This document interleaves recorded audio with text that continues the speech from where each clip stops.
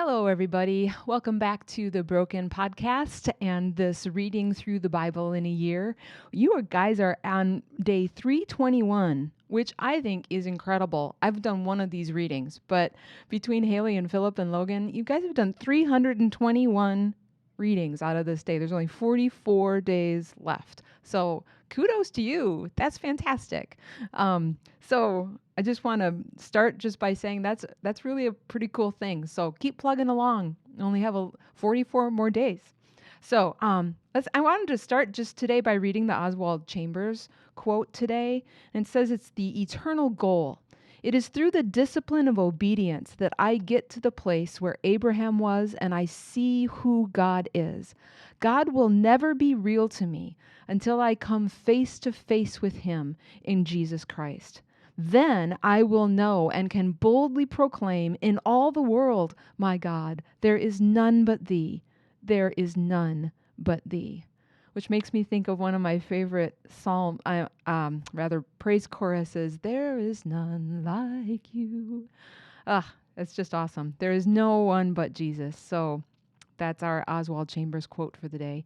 So diving into the reading plan then for today, we are in Ezekiel chapter 35, and we're going to read all of chapter 35 and all of 36 today. So I'm going to start right there. Ezekiel 35, verse 1. Again, a message came to me from the Lord. Son of man, turn and face Mount Seir and prophesy against its people. Give him this message from the sovereign Lord. I am your enemy, O Mount Seir, and I will raise my fist against you to destroy you completely. I will demolish your cities and make you desolate, and then you will know that I am the Lord. Your eternal hatred for the people of Israel led you to butcher them when they were helpless, when I had already punished them for all of their sins. As surely as I live, says the sovereign Lord, since you show no distaste for blood, I will give you a bloodbath of your own. Your turn has come.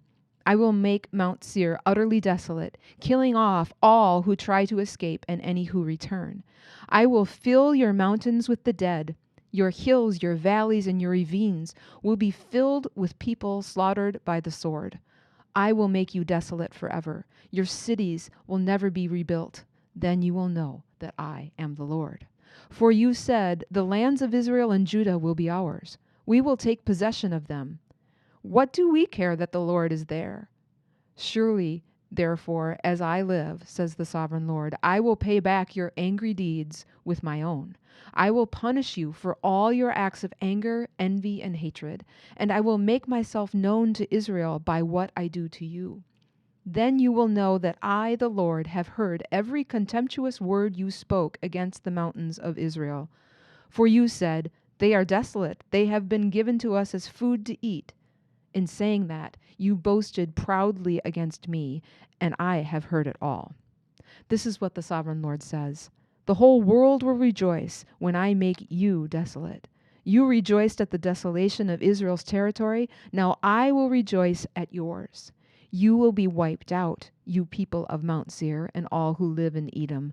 Then you will know that I am the Lord. Chapter 36, the restoration for Israel. Son of man, prophesy to Israel's mountains. Give them this message. O mountains of Israel, hear the word of the Lord. This is what the sovereign Lord says. Your enemies have taunted you, saying, Aha, now the ancient heights belong to us. Therefore, son of man, give the mountains of Israel this message from the sovereign Lord. Your enemies have attacked you from all directions, making you the property of many nations and the object of much mocking and slander. Therefore, O mountains of Israel, hear the word of the sovereign Lord. He speaks to the hills and mountains, ravines and valleys, and to ruined wastes and long deserted cities that have been destroyed and mocked by the surrounding nations. This is what the sovereign Lord says. My jealous anger burns against these nations, especially Edom, because they have shown utter contempt for me by gleefully taking my land for themselves as plunder. Therefore, prophesy to the hills and mountains, the ravines and valleys of Israel. This is what the sovereign Lord says. I am furious that you have suffered shame before the surrounding nations. Therefore, This is what the sovereign Lord says. I have taken a solemn oath that those nations will soon have their own shame to endure. But the mountains of Israel will produce heavy crops of fruit for my people, for they will be coming home again soon. See, I care about you, and I will pay attention to you. Your ground will be plowed and your crops planted. I will greatly increase the population of Israel, and the ruined cities will be rebuilt and filled with people. I will increase not only the people, but also your animals. O mountains of Israel, I will bring people to live on you once again. I will make you even more prosperous than you were before, and then you will know that I am the Lord. I will cause my people to walk on you once again, and you will be their territory. You will never again rob them of their children. This is what the sovereign Lord says. The other nations taunt you, saying, Israel is a land that devours its own people and robs them of their children. But you will never again devour your people or rob them of their children, says the sovereign Lord. I will not let you hear those other nations insult you, and you will no longer be mocked by them. You will not be a land that causes its nation to fall, says the sovereign Lord. Then this further message came to me from the Lord. Son of man, when the people of Israel were living in their own land, they defiled it by the evil way that they lived. To me, their conduct was as unclean as a woman's menstrual cloth. They polluted the land with murder and the worship of idols, so I poured out my fury on them. I scattered them to many lands to punish them for the evil way that they had lived. But when they were scattered among the nations, they brought shame on my holy name. For the nations said, These are the people of the Lord, but he couldn't keep them safe in his own land. Then I was concerned, or my holy name, on which my people brought shame among the nations. Therefore, give the people of Israel this message from the sovereign Lord. I am bringing you back, but not because you deserve it. I am doing it to protect my holy name, on which you brought the shame while you were scattered among the nations. I will show how holy my great name is, the name on which you brought shame among the nations. And when I reveal my holiness through you before their very eyes, says the sovereign Lord, then the nations will know that I am the Lord. For I will gather you up again from all the nations and bring you home to your land. Then I will sprinkle clean water on you, and you will be clean. Your filth will be washed away, and you will no longer worship idols. And I will give you a new heart, and I will put a new spirit in you. I will take out your stony, stubborn heart and give you a tender, responsive heart. And I will put my spirit in you so that you will follow my decrees and be careful to obey my regulations. And you will live in Israel, the land I gave your ancestors long ago. You will be my people, and I will be your God. I will cleanse you of your filthy behavior. I will give you more good crops of grain, and I will send no more famines on the land. I will give you great harvests from your fruit trees and fields, and never again will the surrounding nations be able to scoff at your land for its famines. Then you will remember your past sins and despise yourselves for all the detestable things you did. But remember, says the sovereign Lord, I am not doing this because you deserve it, O my people of Israel. You should be utterly ashamed of all you have done. This is what the sovereign Lord says. When I cleanse you from your sins, I will repopulate your cities, and the ruins will be rebuilt. The fields that used to lie empty and desolate in plain view of everyone will again be farmed. And when I bring you back, people will say, This former wasteland is now like the Garden of Eden. The abandoned and ruined cities now have strong walls and are filled with people. And then the surrounding nations that survive will know that I, the Lord, have rebuilt the ruins and replanted the wasteland. For I, the Lord, have spoken, and I will do what I say. This is what the sovereign Lord says. I am ready to hear Israel's prayers and to increase their numbers like a flock. They will be as numerous as the sacred flocks that fill Jerusalem's streets at the time of her festivals. The ruined cities will be crowded with people once more, and everyone will know that I am the Lord. So that's the end of chapter 36 of Ezekiel. Now we're going to jump into the New Testament, and we are beginning the book of James today. So it's James 1, verses 1 through 18. Greetings from James. This letter is from James, a slave of God and of the Lord Jesus Christ. I am writing to the 12 tribes, Jewish believers scattered abroad. Greetings. Dear brothers and sisters, when troubles of any kind come your way, consider it an opportunity for great joy. For you know that when your faith is tested, your endurance has a chance to grow. So let it grow. For when your endurance is fully developed, you will be perfect and complete, needing nothing. If you need wisdom, ask our generous God, and He will give it to you. He will not rebuke you for asking. But when you ask Him, be sure that your faith is in God alone. Do not waver. For a person with divided loyalty is as unsettled as a wave of the sea that is blown and tossed by the wind. Such people should not expect to receive anything from the Lord. Their loyalty is divided between God and the world, and they are unstable in everything they do. Believers who are poor have something to boast about, for God has honored them, and those who are rich should boast that God has humbled them. They will fade away like a little flower in the field. The hot sun rises, and the grass withers. The little flower droops and falls, and its beauty fades away. In the same way, the rich will fade away with all of their achievements.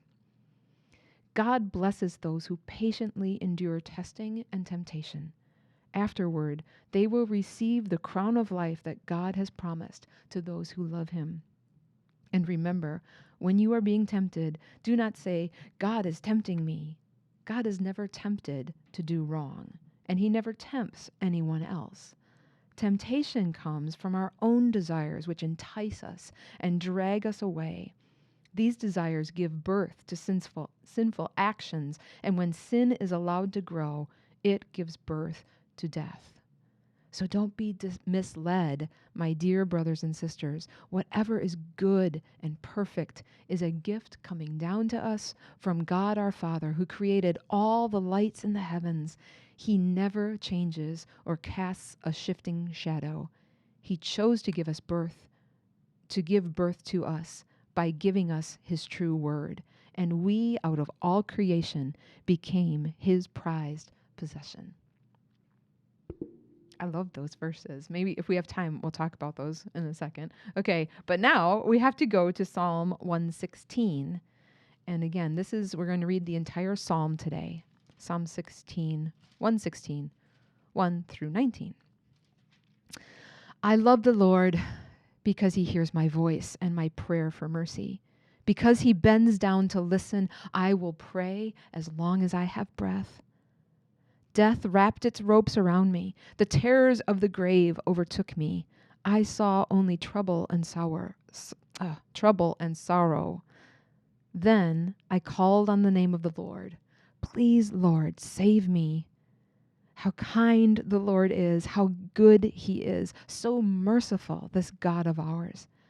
The Lord protects those of childlike faith. I was facing death, and He saved me. Let my soul be at rest again, for the Lord has been good to me.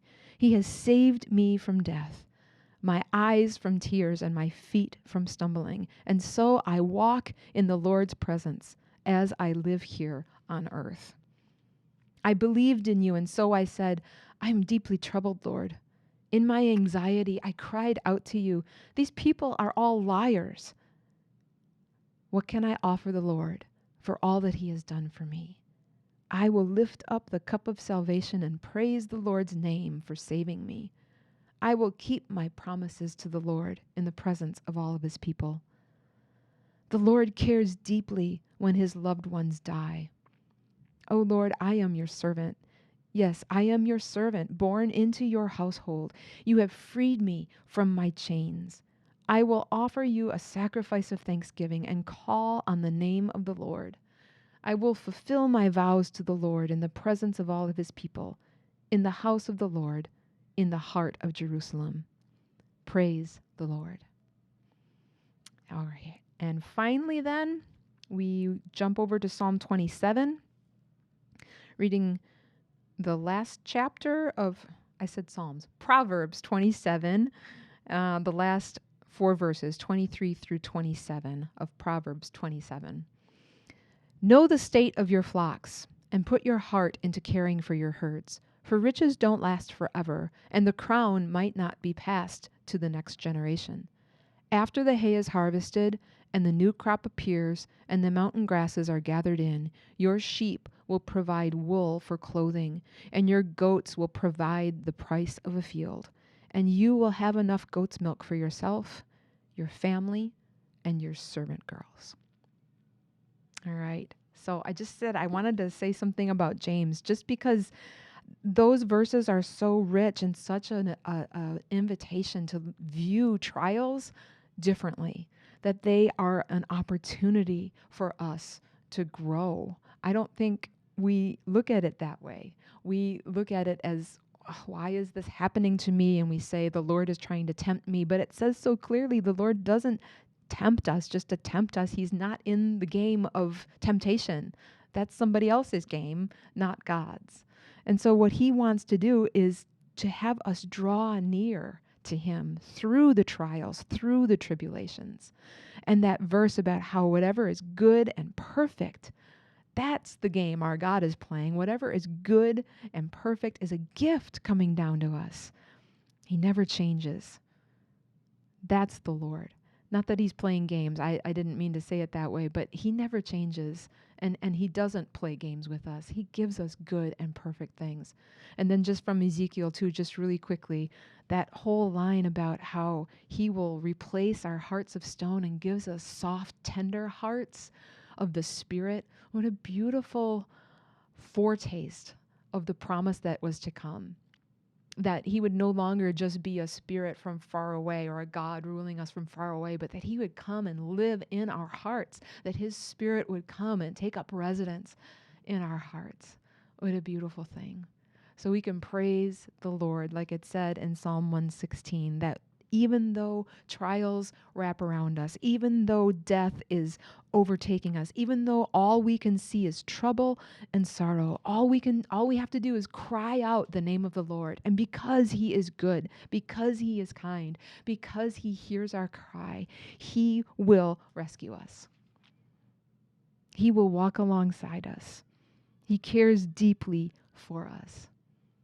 So in this time before Thanksgiving, let's remember to offer up our prayers of thanksgiving, to cry out to God when we need him, and to know that he hears, that he is longing to give us a soft, tender, responsive heart instead of a hard heart of stone. So that's my prayer for you today. In fact, let me just close by praying. Lord Jesus, I just pray that today we would hear your voice, that today we would draw near to you, that we would not let the hard things of life or the troubles of life come between ourselves and you, but rather that we would see them as an invitation to draw close to you, that our trials are creating depth within us as we learn over and over again sometimes that we cannot handle this life on our own. We need you. And so, Lord, soften our hearts today. Replace the heart of stone that is within us sometimes that we put up as a wall of protection. And just give us tender hearts. And yes, sometimes those hearts get hurt. But Lord, it's so much better to live with a tender heart for you. So we offer to you today our prayers of thanksgiving. We want to fulfill the vows that we have made before you. We want to live lives that are pleasing to you. And the way that we do that is following hard after you. So thank you for the gift of your Son. Thank you for making it all possible that we can draw near to you at all. We thank you and we love you. In the name of Jesus we pray. Amen. Well, thanks for putting up with me today. I hope that these verses have touched you, and I hope that you have a wonderful day and that you can come back and join us again tomorrow. Okay, bye-bye.